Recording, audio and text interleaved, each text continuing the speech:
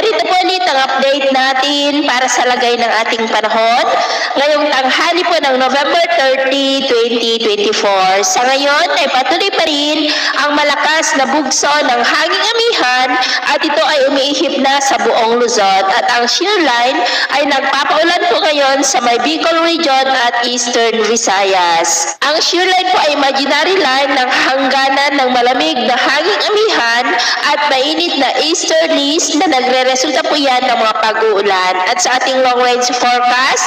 ay wala naman pong bagyo na namamataan na tatawid po dito sa ating kalupaan for the next 5 to 7 days, pero posible pa rin ang pamumuo ng mga low pressure areas silangan po ng ating bansa. At sa ikalawang linggo ng Disyembre, gaya po ninyong napapansin, ay may banta ng sama ng panahon na maaari na lalapit o kaya ay tatawid din dito sa ating bansa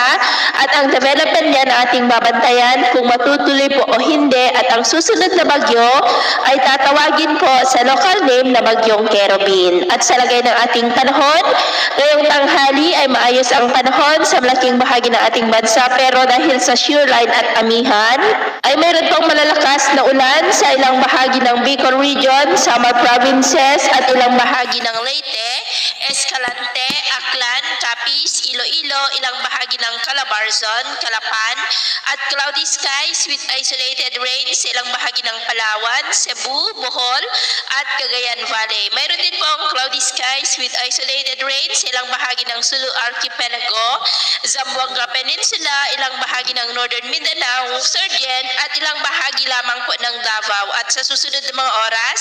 mas maraming lugar na ulit ang makakaranas ng mas malalakas na ulan sa may Bicol Region at may mga pag-ulan rin sa ilang bahagi pa ng Kabisayaan, Mimaropa, Calabarzon, Metro Manila, Cagayan Valley, La Union at Mindanao. Kaya mag-ingat pa rin tayo sa mga banta pa rin po ng mga pagbaha at pag-uho ng lupa.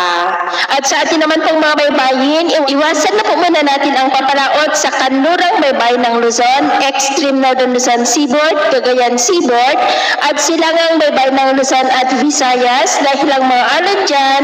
ay posible po na aabot hanggang sa 5 to 12 feet. Kaya hanggat maaari ay iwasan na po muna natin ang papalaot dyan sa mga may kulay pula para mas makaiwas sa mga sakunang